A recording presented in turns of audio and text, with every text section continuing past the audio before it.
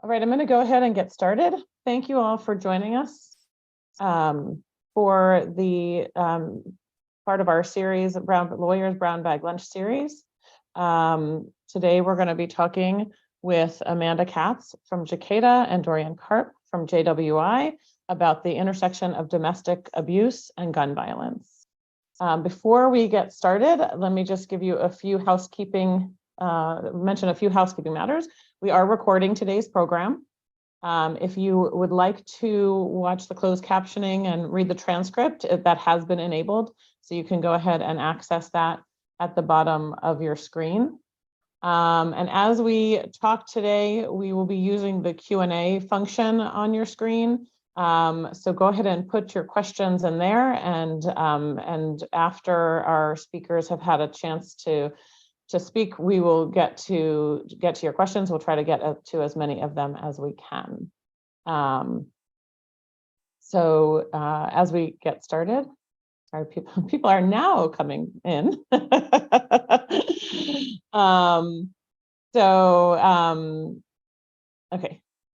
I think we have everybody in now. All right, so thank you for joining us. Today we have Dorian Karp from JWI, the Jewish Women's International. She is the Director of Policy and Advocacy at Jewish Women's International, where her work centers around gender-based violence and gun violence protection. Thank you, Dorian, for being here. And we have Amanda Katz, who is the Executive Director of the Greater Washington Jewish Coalition Against Domestic Abuse. I'm going to stop there and not give you their full bios, which you can find on the page, on the registration page. We really want to thank you for being here, and we're looking forward to hearing your presentation. Today's program is brought to you by the Jewish Community Relations Council. I'm Vicki Fishman, the Director of Government and Community Relations for the Jewish Community Relations Council of Greater Washington. We are also sponsored by AJC, American Jewish Committee, AAJLJ, the American Association of Jewish Lawyers and Jurists, Jewish Federation's Network Lawyers Division, and SEDEC DC. And with that, I am going to go ahead and turn it over to our speakers. Amanda and Dorian, I think you're going to speak together. And let me know if I should go ahead and get okay, got it. All right. Sure. So I guess that's our cue to come off mute. That is your cue to come off mute. See everyone today. We are going to have a little bit of a PowerPoint presentation to go over.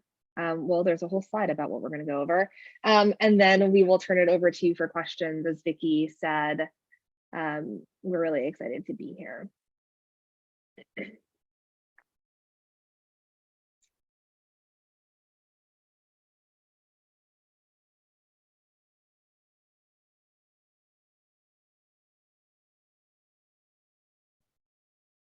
All right, are you seeing the PowerPoint?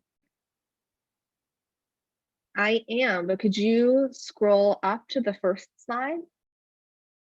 Oh. You guys are getting a sneak peek. All right, hold on. There we go. Let me see what I can do. Oh, I see. Okay.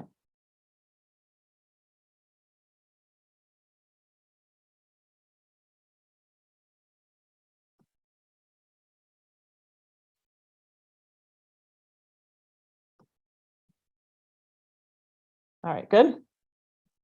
Awesome. Yeah, thank you so much. All right, so we're here to talk about the intersection of domestic violence and gun violence. And here's today's date. And Amanda is there. She'll be on mute while I go over JWI, and she'll talk a little bit about what JCADA does. Next slide, please.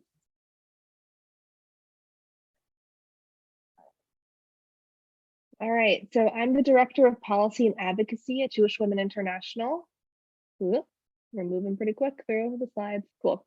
And we do a lot of things. We're originally the B'nai B'rith women, so we've been around for 125 years and do a lot of work on domestic violence and gun violence prevention in the policy realm, which is where I live, and also in programming. We are a grantee of the federal government's Department of Justice and the Office of Violence Against Women to do work on college campuses. And I'm also a TA provider as well in that work, helping organizations that are doing prevention programming. So we do a lot of stuff other than domestic violence and gun violence prevention, but that is what brings us here today. We convene many coalitions, as you can see here, and participate with both our secular, interfaith, and Jewish colleagues doing this work. Amanda? Hi, my name is Amanda Katz. I'm the Executive Director of JCADA. Some of you in the greater Washington area know us as the bathroom sign people. When you go into your synagogues and Jewish institutions where you see some information about how domestic abuse and what we call intimate partner violence affects people in our community. And Vicki neglected to mention that she's one of our board members. So she is a very active and important part of our leadership at JCADA. So I want to say a little thank you to Vicki for your role with JCADA. We're a little younger than JWI. We were founded in the year 2000. So we've been around for 22 years. So I have like a young adult. JCADA I think of as a young adult. We're here to really help victims of intimate partner violence in the greater Washington area feel empowered and safe. And so we do that with our direct services, free clinical, legal, and victim advocacy services. And all the details are on our website, which we'll share later on. And really, we're trying to work ourselves out of a job through education. So by lowering the tolerance of abuse in our community, we are working to help people not to need our services anymore. So that is a bit about JCADA. We'll move on to the next slide, please.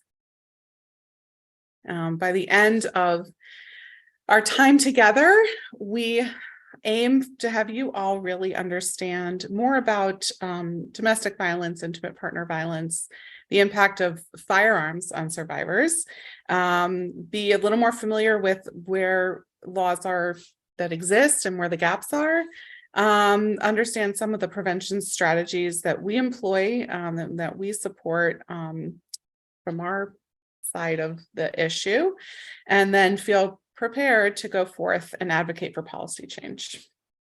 If we can move on to the next slide, thank you. Intimate partner violence is really about a relationship that has a power and control dynamic, where one person is using that power and control over the other person. And we see that manifest in physical, psychological, spiritual, sexual, financial, technological, and stalking ways. If we had another hour, we could just talk about this slide, but I know we want to get to the crux of the issue. But I think it's very important to really have an understanding of sort of the underlying issue that we're talking about, which is, people in this relationship. Statistics from the CDC and the National Network to End Domestic Violence, and sort of our national partners are that 1 in 4 women and 1 in 10 men will be victims of intimate partner violence in their lifetime. 15 to 25% of Jewish households experience IPV. This is in keeping with the rest of society. And a lot of the work we do is actually based on research from JWI. Thank you, Dorian, and your colleagues for producing a 100-page report last year about intimate partner violence in the Jewish community. So I think it's very important to know that this is not a them problem, it's an all of us problem. Okay, I think we could move on to the next slide, and I'll turn it back over to Dorian for some overview. Thanks, Amanda. Yeah, I mean, that needs assessment that we did is also on our website. So at the last slide, I think, has our website on it. If anybody's interested in reading that report, there's also a more condensed 20-page report that's a little bit more manageable. But what we found, right, is that domestic violence impacts our community just like it impacts everybody else's. And while firearm ownership is less in the Jewish community. We are seeing an increase in Jewish households with firearms. And while we'll be talking most notably about gun violence and how it interacts with survivors in this relationship, I also wanted to be really clear that like there is an epidemic of gun violence in our country. And so just like how gun violence impacts all of us when we're going to houses of worship, when we're dropping our kids off at school, when we are going to movie theater and we're looking for an exit, like, or when we live, you know, in our communities, like it's impacting survivors in that way as well. And we know that the trauma that survivors are experiencing either in the relationship or after they leave that relationship, you know, leads to maybe increased anxiety, heightened awareness. And so the impact of just general gun violence that all of us experience impacts survivors in a different and maybe greater way. So I just wanted to make note of that. You know, we'll be talking a little bit or a lot about kind of the interpersonal piece and the coercive control and the threats and the fatality of survivors of domestic violence. But there's also other violence that happens, right, all around us every day. Next slide, please. I'm going to talk a little bit about what we see on the ground. So this is the Greater Washington area, and these are stories from my staff, my phenomenal, highly trained professional staff who are sitting with thousands of clients every year, day in and day out, and hearing their stories. And I asked for just a taste of some of the things when they hear about guns in the stories of the survivors they're working with. So I recorded a few of them for you, where someone shot, you know, them through their window. Whether you have a protective order or not, we'll get into protective orders and gun collection later on. You know, how many guns are at play here. People who've purchased guns without their spouses or partners' knowledge. Patterns we've seen, really how guns are used by people in the military and law enforcement. And there's a really high number of people in the military and law enforcement in the greater DC area. So we have a lot of people with a lot of clearances who don't get questioned or know ways around things. So there's a lot of issues there. People who are wealthy seem to get away with gun ownership and legal absolution of, you know, being able to afford an attorney to help them, you know, get out of things. We see more guns in DC than Maryland and Virginia, but generally Montgomery County and Fairfax, where we work, we see guns, you know, situated there too. And then just when we have a client come to Jeketa, we do a lethality assessment. We see what aspects of their lives are increasing the likelihood that they will be killed, and their lethality goes up exponentially if there's a gun in the home. So we've seen a rise in those lethality assessments, especially during the pandemic. This gun and using guns as a tool for fear leads us into a topic of coercive control, and I'll turn it over to Dorian to describe how that coercion affects survivors. Sure. So we saw some pretty, I think, scary statistics on Amanda's slide earlier. Intimate partner violence, I think we all often think of physical violence, right, when we think about domestic violence. But really, domestic violence is all about power and control of an abuser to the survivor or victim, right? It's about coercive control, which is a pattern, right, of this abusive behavior to control a victim.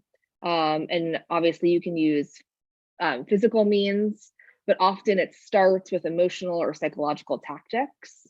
And firearms are used this way as well. You know, when I started this work, a friend of mine, a colleague of mine, was talking about hearing from a survivor about the impact of just having a firearm in the home, right? Abusers, harm doers will often, even if they never shoot the firearm at the victim or survivor, just having it there is enough. The presence is enough. It's threat enough, right? To have it on the kitchen table, to have it on the nightstand. The intent there is clear, right?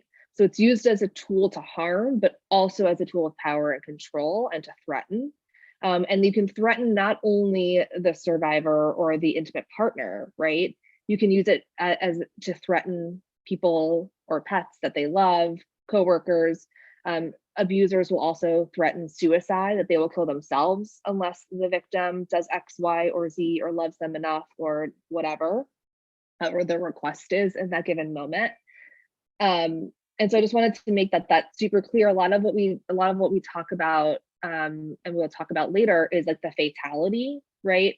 But even if a survivor is never shot or shot at, firearms in the home is dangerous enough, and can lead to survivors staying and not leaving, and just, you know, living lives that are very, very difficult. So 4.5 million American women alive today have been threatened by abusers with a firearm. And of that, 1 million have been shot or shot at. And I also wanted to mention quickly, in terms of state laws, this idea, you can stay on this slide, Vicki, but this idea of the coercive control has been incorporated into state law in a few different places: Hawaii, Connecticut, California.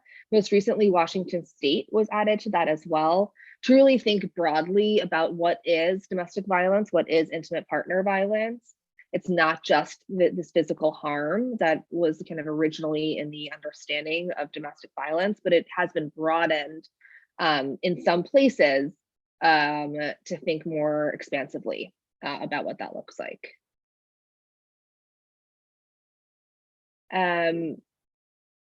So as I mentioned, we're going to talk a little bit about homicides and harm. Right, it's firearms are the tool of choice for domestic violence abusers if they are trying to kill their spouse. You can read a statistic here: every 16 hours, a woman is killed by their partner. They're 5 times more likely to be killed if the abuser has access to a firearm. So that's if it's their firearm or the survivor's firearm. That's if there's access, right? So we hear a lot about, like, let's just arm survivors. They'll be much safer. Data, statistics, experience tells people in the field and anybody else that, you know, really understands and wants to look at the data, that actually endangers survivors more than it protects them.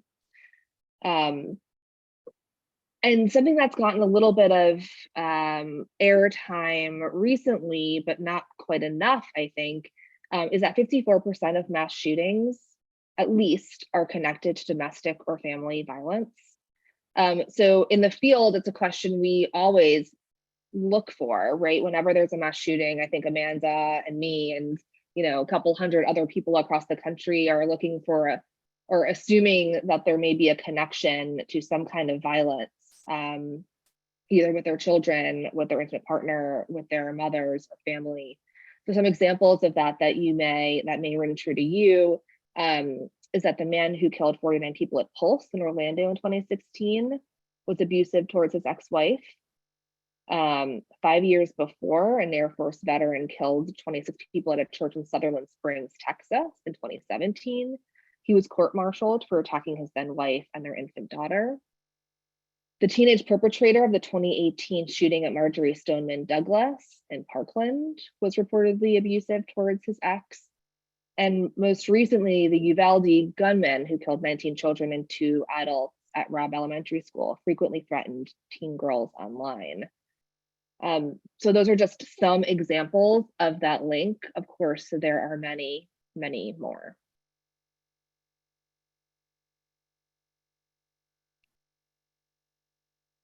And then, as I mentioned earlier, right, there is just this epidemic of gun violence that exists. Gun violence in the domestic violence context is deadly, and impacts, millions of women. But also gun violence impacts the rest of our country as well. 39,000 Americans die every year. 60% of gun deaths are suicide. This is obviously not the place and time to be talking about that, but I think it's data and statistic that isn't really thought about when we think about gun violence, right? We're usually thinking about homicides. So just wanted to lift that to people's attention if that's not something that they're thinking about. Black men make up 52% of all homicide victims in this country, right? So more than half. Unarmed Black civilians are 5 times more likely to be shot and killed by police than unarmed white civilians. And recent CDC data shows us that 3 million children are directly exposed to gun violence each year, and gun violence is the deadliest form. Increases. What is, Amanda? Is it like? It's like the most deadly way young people die, I think, is by gun violence, not by cars, not by smoking, heart disease, none of that. It's firearms.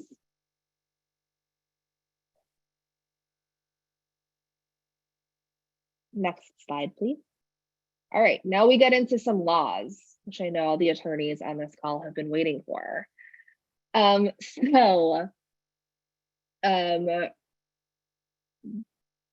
federal law, if somebody is convicted of a misdemeanor crime of domestic, obviously if they're convicted of a felony, no firearms.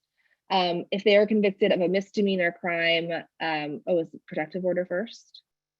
We can do protective order first. No misdemeanor crime. Let's go back one. Yeah, Becky, can you come back? There you go. One more ahead. And Federal law, misdemeanor crime is what we're. There you go.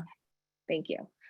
If somebody's Sorry. convicted of a felony, that's okay, of any kind, they are prohibited from having a firearm under federal law. If somebody is convicted of a misdemeanor crime of domestic violence, they are also prohibited from having a firearm. This was passed in 1996 as part of the Lautenberg Amendment. And it's a qualifying offense that has federal, state, or tribal territorial misdemeanor, has the element of the use or attempted use of physical force or threatened use of a deadly weapon, and it has to be in a relationship as indicated here. Recently, in the Bipartisan Safer Communities Act, that last bullet point was added. The current or former dating partner is new. So now it is federal law that if you have a relationship of a dating partner or domestic violence as indicated here, current or former spouse, cohabitating, similarly situated as a spouse or share a child in common, you are prohibited, that person is prohibited from having a firearm under federal law. Next slide, please. So another piece of the law that was actually passed first in 1994 in the Violence Against Women Act, the original one, is the federal prohibitor for protective orders. So it banned possession of firearms by individuals subject to civil protection orders. And the protective order must be issued after a hearing in which the respondent has the opportunity to be heard. So these aren't ex parte orders or hearings. These are final protective orders. And the relationship is similar in the original, but does not include dating violence. That is the gap that still exists, and that JWI and lots of other people are advocating for. But as I may be reading this, you may be thinking, but wasn't there a Supreme Court decision that may have put this in jeopardy? And wasn't there a Fifth Circuit Court out in Texas that had some questions about this protective order piece? And you are right. And we are going to be talking about that right now. Next slide, please. So as you all are aware, the Supreme Court heard lots of really interesting cases last term, one of which is known as Bruen, which overturned a New York gun safety law ruling. that New York law requiring a license to carry concealed weapons in public places is unconstitutional.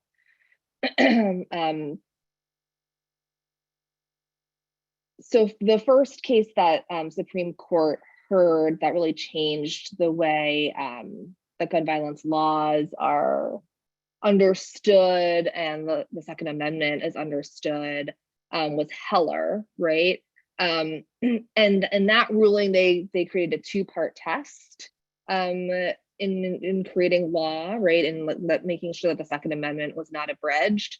And that's whether the regulated conduct was protected by the Second Amendment. And then the other piece, right, was if it was protected, whether the state's reasons for enacting the law outweighed the burden by the restriction, right? So like, was there a good reason to have background checks?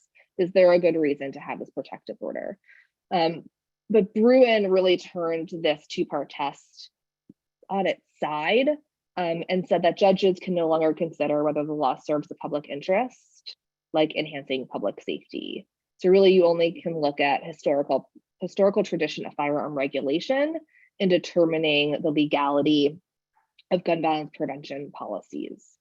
And I think all of us could reflect on the fact that, you know, when the Constitution was founded and the Second Amendment was ratified, women didn't have the right to vote. Neither did Black people. Lots of difficulty in proving the historical tradition when we're looking at laws going back to the late 1700s, early 1800s. So, you know, lots of great legal scholars are thinking about how to talk about this historical tradition. Next slide, please. So just a few weeks ago, a 3-judge panel of the Fifth Circuit Court of Appeals found that the DV protective order law, which is 18 USC 2922 G8, is unconstitutional, and vacated the sentence of a defendant, Zekai Rahimi, who's, I mean, you can look him up. He's a crazy bad guy. Important to note in this decision, right? It only applies to the Fifth Circuit. So we're talking here about Texas, Mississippi, and Louisiana. And actually, Texas and Louisiana have their own state prohibitor. So it's really, the gap is really in Mississippi right now. But there's no national injunction if you live outside the Fifth Circuit. This doesn't apply. We're hearing survivors scared, really, all across the country, worried about how this impacts them and how their abusers may be emboldened given this decision. Decision only strikes down federal law prohibiting persons subject to civil protective orders. It does not strike down the misdemeanor crime or the felony crime, right? So that's important. G9, as opposed to G8 earlier, G9 still in effect. There is no current ruling saying that that is unconstitutional or unlawful. And it does not overturn any state law, like I mentioned earlier, right? So in Texas and Louisiana, there's state laws that prohibit access to firearms for persons subject to protective order, domestic violence protective orders, and those remain in effect. Mississippi does not have those, and so that there's a big gap and leaves Mississippi survivors unprotected from this federal law. Next slide. I'm going to turn it to Amanda now to talk a little bit about what it looks like in the DMV.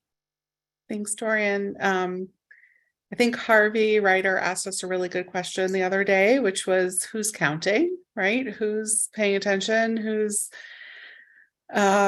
making these connections between these two issues that are so inextricably linked. So there are 3 jurisdictions that Jacada works in, which is DC, Maryland, and Virginia. And in Maryland in particular, we're mostly in Montgomery and a bit in PG County, and in Virginia and Fairfax County, with some clients being seen in some of the surrounding Northern Virginia areas.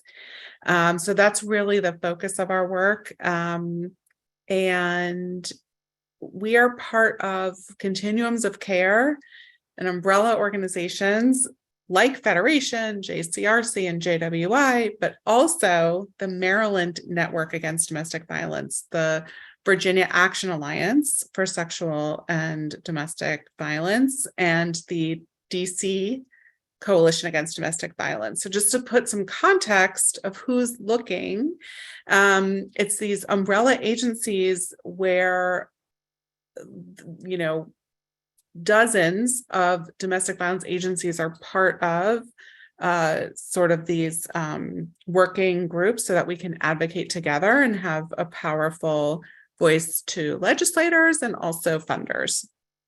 So just to put some context on what we're talking about, where I pull a lot of my numbers and Dorian pulls her numbers, are these really like associations for victim service agencies. So in DC, you know, just a few numbers that is just staggering. You know, 46% of these homicides coming from firearm, and you can read sort of the other ones. The chart on the side is very light. It's a little hard to see, but we can share the slides later. It's really about where there's prohibitions and removal laws for guns, right? Okay, if we can go on to the next slide, same thing in Maryland. How many people are experiencing intimate partner violence, how many have passed away, and how many of those were firearm deaths. The next slide is, I just attended a memorial service in Maryland for victims of intimate partner violence. And we're at our highest rate of deaths in the state since 2007, with 56 people being killed, 75% by gun. And the victims were from, you know, bystanders of age 1 and up to survivors of the intimate partner violence and bystanders up to age 67. And then the next slide is about Virginia. Virginia, the state, you know, Senate, and we'll get to legislation in a minute, but we have a lot to talk about with Virginia, but same thing where these high rates of intimate partner homicides are gun related. When we talk about local protections and the need to take guns away from abusers, things get complex when the state House and Senate are different parties and nothing gets passed. So there was Amanda, oh, sorry, go ahead, finish. I have a question about the chart, but I thought you had finished a sentence. Last sentence or last part of the sentence is that we're always looking for not just uniform, you know, protocols to take the firearms away, but accountability. When you think about who's taking the firearms, where they're going to store them, who's recording all this information, it's a really important partnership with law enforcement to make sure that we are keeping the guns out of the hands of the offenders. Vicki?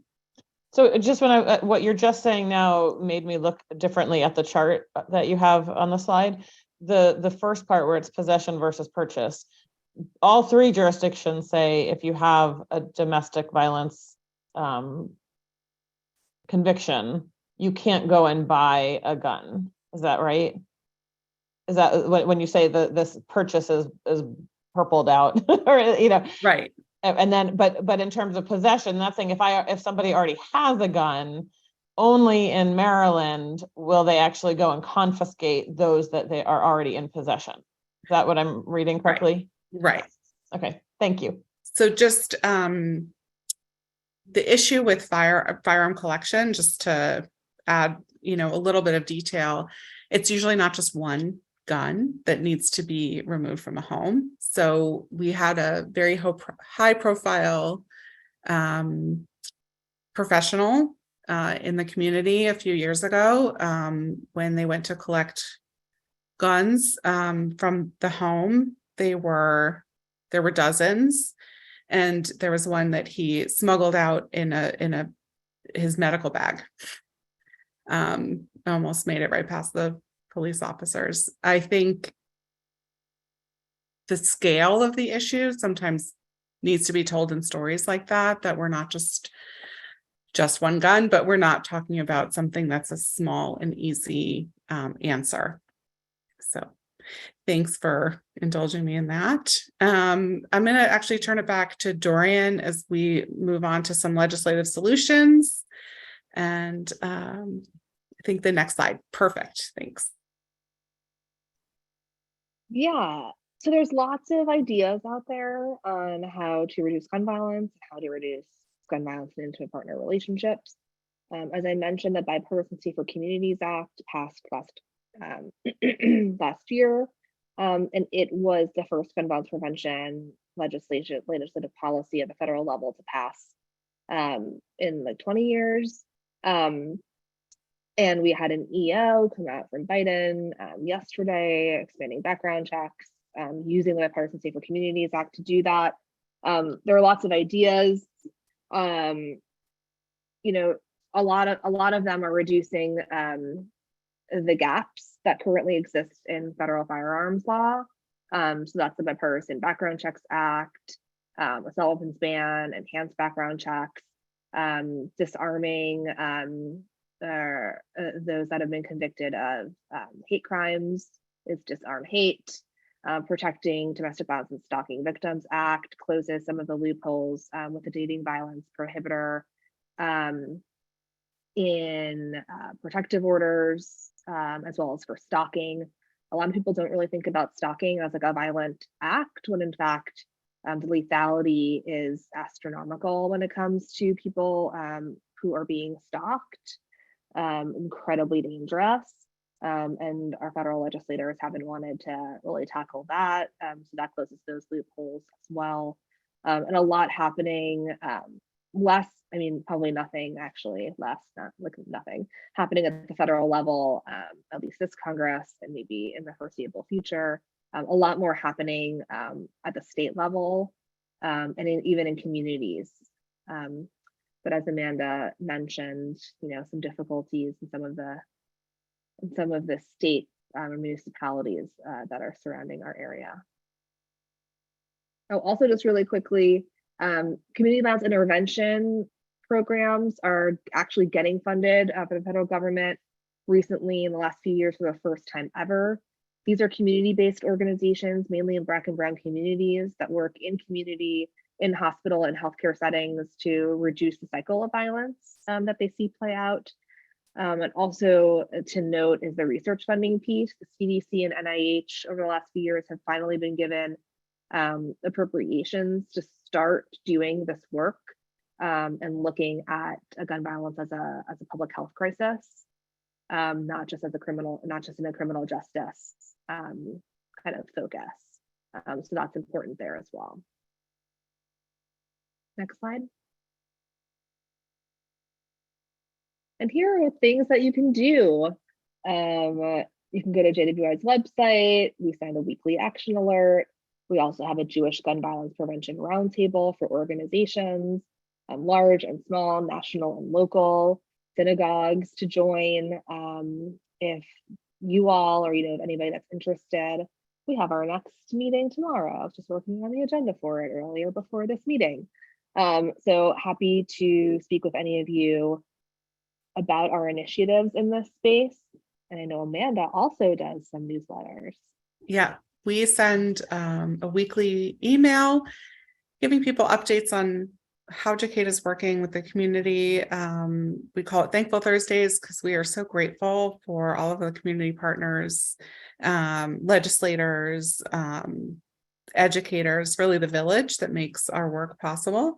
And we do try to include some action in every message so that people can keep helping us end intimate partner violence. So I think our next slide is really for questions. Vicki, if you want to stop sharing, we are happy to either read the Q&A. I think you have a Q&A screen, or we can, people can unmute you. I'll let you tell us how you want to do that piece. Well, let me start. I'm going to go ahead and spotlight you so that everybody can see you while we're talking. And maybe I'll even spotlight me while we're talking. If you're not seeing us and you're just seeing a gallery, you can put your own screen on to speaker view, and that way you can see Amanda and Dorian while we're talking. A couple of questions that I had while you were talking. When you talked about the connection between domestic violence and mass shootings, I was really expecting you to talk about that, let's say these teenage kids who become shooters had been abused themselves or witnessed abuse in their homes, but that's not what you said. So I'm just wondering if you can talk a little bit more about that. Is that there also, or is it really just that it's more like a red flag? These people have abused people in their homes, and that should have been a red flag for further violence. Yes, all of that. The short answer. Yeah. So we see a lot of childhood, either witness to or experience of abuse in mass shooters. The women who were flagging the Uvalde shooter to law enforcement and saying this person is being violent online were told, this is just normal online behavior. So until we stop accepting that kind of bullying and allow things like that to continue, the message to the perpetrator is I can use my power, which is my anonymity, my violent sort of language to intimidate other people. And then it's once that's allowed, the next steps are the growth in the violence. And just the last thing I'll say before I let Dorian chime in is, yes, every time there's a mass shooting, I think, who did they kill at home first before they went on their spree? And very often I'm right, or very often they're literally from door to door. They've performed an act of violence at home and then gone to the mass shooting, or there's extensive history of violence in the home. Dorian, did you want to chime in? Sure. I mean, this is something I could talk about all day. A few thoughts. One is that, yes, so often a lot of the work that JWI does, and I know Jeketa does, is trying to prevent violence from starting, right? And often we work with youth, and often we work with youth who are child witnesses of violence, right? To try to stop this cycle where we repeat, all of us, not just in violent context, we would repeat relationships that we've seen play out in front of us, right? In whatever context that looks like. And so, like, yes, but also a lot of these male shooters also have acted violently, right, in the past. This isn't like their first violent act. And often that has looked like intimate partner or family violence. So a lot of laws try to then like stop that then from becoming stop that person from becoming a mass shooter by like removing guns, by incarcerating them, by reforming them, batterers intervention programs, whatever that looks like. The Sutherland Springs shooting was actually a failure of that system. So there was a law in place. This person had been court-martialed. Their firearms should have been removed, and they should have been put in the background check system, and it just didn't work. And the person was able to access a firearm and commit that horrible shooting when they shouldn't have been able to. And this is something that we see happen a lot in every jurisdiction, from huge cities where the officers that are sitting in front of the computers just like have too many to upload into the NICS, into the background check system, or in rural communities where it's like not a priority and there's only one officer doing lots of different tasks. So you see a breakdown even when there are strong laws in some of these cases. It's just enforcing it, implementing it is incredibly difficult. As Amanda mentioned earlier, like the removal piece is incredibly challenging. Responsibility, figuring out like the political will to do it, all of that kind of go into challenges in this space. So when you hear the debate, sometimes one side of the debate will say, well, we don't need new laws because we just need to enforce them better. You kind of touched on that, and it sounds like it's both. Is that right? It is both. So the executive order actually from yesterday, the Biden administration, what they're hoping to do is like help ATF, the Alcohol, Tobacco, Firearms and Explosives, like the Bureau in DOJ, do a better job. It has been underfunded substantially and significantly because of politics, right? Over the course of I think it's only existed for like 20 years, basically since its inception, historically underfunded. Like they have paper, like they have like massive amounts of paper that have not been able to be uploaded into systems, sitting in storage facilities in West Virginia. Like they don't have the capacity or political will previously to do their job at regulating firearm dealers, tracking down firearms. Law enforcement at the local level aren't doing a good job at putting information, ballistics information into NIBIN, like into the NICS, into these systems that have been created to help support local law enforcement to do their job. But there are gaps, right? So like we know that, like, let's say it works. I'm just like putting it out there. Let's say it only works 40% of the time, a law. Like that's incredibly low, but still that would mean that it's helping 40, it's doing its job 40% of the time. Sure. So there are gaps that don't have any laws. So like it's not working at all, right? So like even if somebody can say that a law doesn't work 100% of the time or even 90% of the time, like, yeah, let's fund it so that we can get those numbers up and we can get those laws to be doing their job better. And let's have the political will to do that. But then let's also create laws that fill in those gaps that exist. Amanda, do you have anything to add there? A million things, and you spoke beautifully.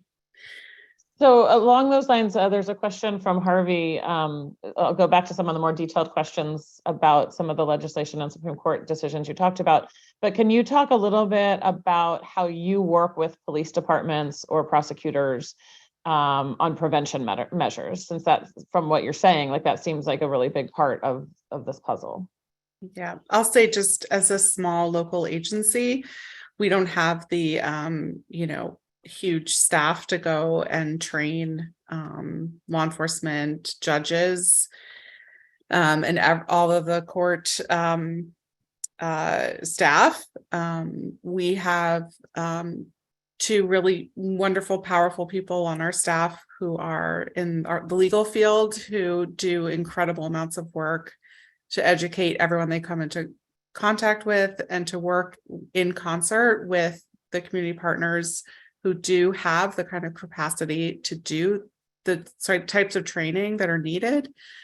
There are prosecutors who are very resistant to this kind of training. There are judges who are resistant or will phone it in and accept the training and not really implement. And, unfortunately, we're up against still some of the patriarchal, longstanding, old school attitudes toward family relationships and intimate partner relationships. So I'll sort of leave it at that as a very big issue that's bigger than any of us.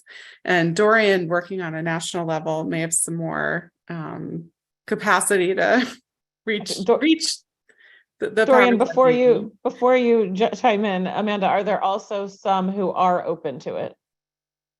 Yes, absolutely. We have some phenomenal allies, and the allies in the legal field that we have found really do get involved in places like the Council to End Domestic Violence in Fairfax County and the Parallel organization in Montgomery County, and are willing to, step up and legislate that judges must have this kind of training. So sometimes it's a day. Sometimes once we were asked to train prosecutors for a half a day. Can't imagine that that's really enough in any case. Yeah, I mean, my experience is that there are some big advocates, some judges, some prosecutors that, are allies in heralding this as an important piece of their work. In the coalitions that I am a part of at the federal level, like the American Bar Association, for instance, is a member of the National Task Force on Sexual and Domestic Violence. So we work closely with them, and I know they do a lot of work to try to help inform, educate, provide resources to those in the legal field, and prosecutors and judges as a part of that.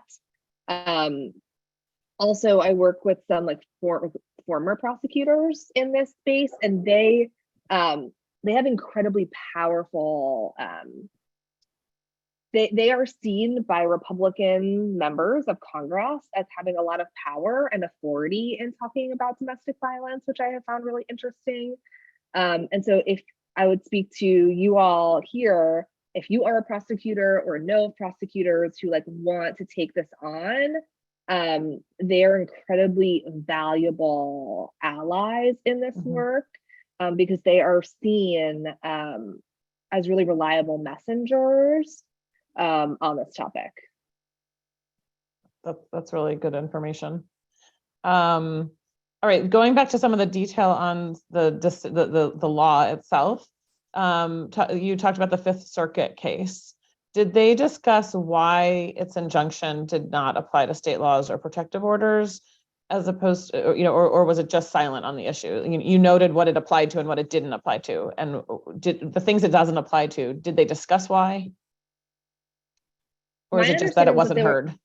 It was silent on the issue, where the defendant came forward with having had his firearms removed via the federal prohibitor from the protective order, and it's a federal circuit court, right? So they were really only looking at the federal prohibitor. Now, I think everyone on this call, and you and me, can postulate that, why would one be constitutional and one law not be?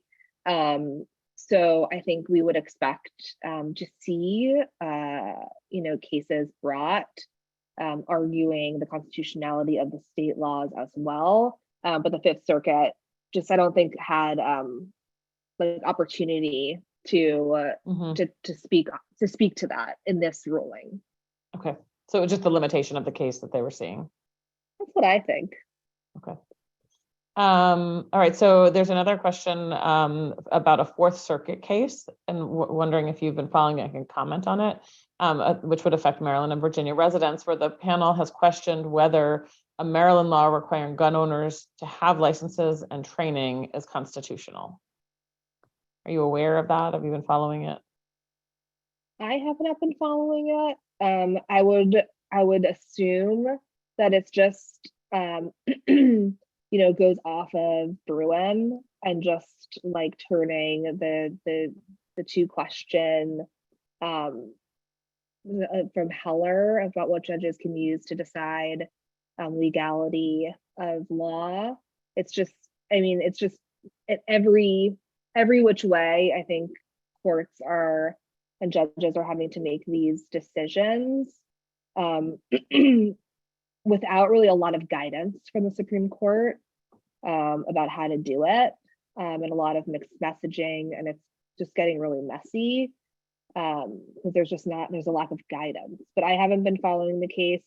Interested if anybody has been or can speak to that here. But so the question came from Harvey, and Harvey, I'm wondering, do you want me to unmute and you can, is there more to share? Well, there's not a whole lot more to share. I mean, the cases before the Fourth Circuit now, and there were a couple of the panel members who were raising these questions.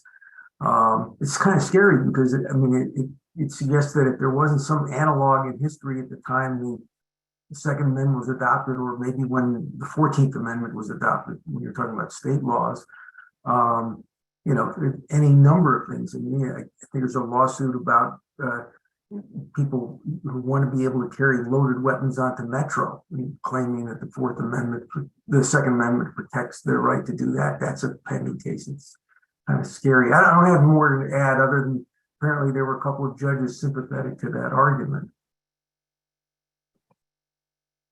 All right, I will move on to the next question then. Thanks. So there's a question here about how effective the confiscation of gun is in preventing violence after a protective order is issued. I don't have a stat on the top of my head. What I can say is that one of the most dangerous times that a survivor faces is when they leave. And after a hearing like this, where the abuser lacks the power and control over them that they have had for however long, which is why dispossession and like having processes is so important, because it's a pretty dangerous time for a survivor when an abuser leaves a courtroom like that and has access to firearms. Amanda, do you have any ideas on how like successful? No, I don't have statistics on. I can find the National Coalition Against Domestic Violence is run by Ruth Glenn, who is a survivor of both domestic violence and gun violence herself. And they do a lot of work on this. They're kind of like the leader in the policy space on this intersection. So happy to get to whoever asked that question, and I can probably get some data.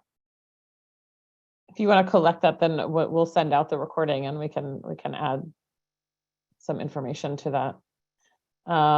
There's a note here that someone wanted to share.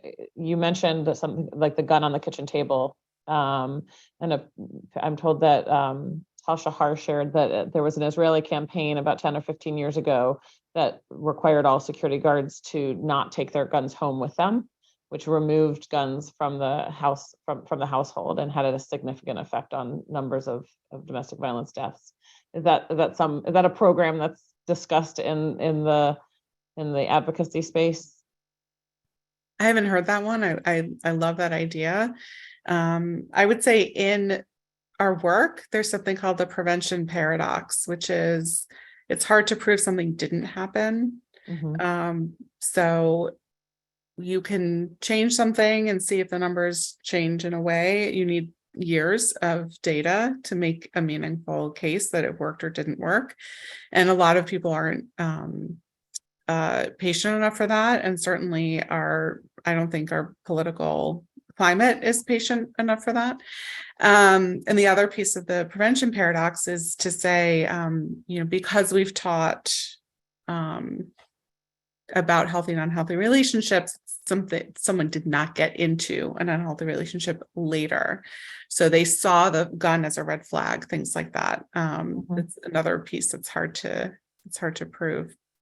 We had 2 speakers last year at Jacada who experienced gun violence. One was a woman whose former spouse killed her 2 children. They were 2 and 3 at the time. And there was a protective order, but it was entered incorrectly into the Maryland state system. And it was entered as a consensual protective order, meaning he didn't fight the order. And the way it was entered, he was then allowed to purchase a gun 2 weeks later. So some of those incidents, when they happen and the person who's been victimized steps up as this woman did and become an advocate, they can go speak to police, to the legislature to help people understand how important these systems are when they're in place and they work, and how devastating it is when they don't. The other speaker was also a victim of gun violence. She and her father were shot by her former partner, both survived. And she talked a lot about how the gun was a big part of their relationship before he ever shot her. So something Dorian spoke about with coercive control, he never, maybe pointed the gun at her, but he would sort of clean it in front of her and describe what he could do with it to her. So I think it's really just chilling and important for everybody to have these very personal and real stories in mind when we talk about what it means to advocate for gun control in our communities. Mhm. So are there other questions? I do have one question about the slides. So I think I heard you say earlier that we can share the slides. Is that right? Okay, so we'll circulate the slides with the recording after once we get the recording downloaded. I'll also say in terms of like the security guard question, something that I don't pay a lot of attention to, but I know is a challenge in the domestic violence field, is that law enforcement, right, obviously carry firearms in this country, and law enforcement is exempt from some general gun laws, and also I think from the federal prohibitor, and there may be states that have different regulations when it comes to military, which Amanda mentioned earlier, and law enforcement. So that's also just something to note, I think, as we're thinking about who the law impacts and who's exempt from the various firearm statutes. So that would apply to the firearm statutes, not necessarily to laws that are specifically overlapping with domestic abuse. So like if it's a law enforcement officer who has a protective order against him, that would not be a place for exemption, or it potentially would be a place for exemption? Potentially is a place for exemption. Okay. And there may be difference on like carrying it on a job or being able to bring it home. Like there's lots of nuances when it comes to law enforcement. Okay. But they're definitely in the domestic violence space and in the gun violence space, and in where they intersect, there are differences and exemptions for law enforcement. Okay. So it's going to be a very case by case specific situation. Yeah. Okay. Well, I think I don't see more questions. This has been so informative, and I want to thank you. I want to give each of you a minute or two to sort of wrap up, if that's okay. So I don't know which one of you wants to start. I'll just say thank you so much, Vicki, and your whole team for giving us this opportunity. I think if everyone on the call can take just one moment today to look at the JCADA website, to look at the JWI website, to really take a moment and think about how you can speak to a legislator, keep up with what we're doing. It takes a whole village to really eradicate intimate partner violence and certainly gun violence. So, and thank you, Dorian, for partnering with me on this. Yeah, huge thank you to Amanda for bringing JWI and me into this conversation. I hope that it was helpful, and you are leaving today both with a better understanding of where we are in terms of policy and the legality of gun violence ownership in these contexts, but also with a better understanding of domestic violence and the way survivors experience violence and firearms in their homes. So thank you so much for being here. I know it's not like the most joyous conversation to join, and I hope that you leave here with something more than you came into it with. So thank you. I think there's no question about that. Thank you both, and thank you everyone for being here. These are two tremendous organizations that we're really happy to highlight and support. And we look forward to seeing everybody at our next brown bag lunch, which I don't think we have scheduled yet. But we will be sending out information as soon as we do.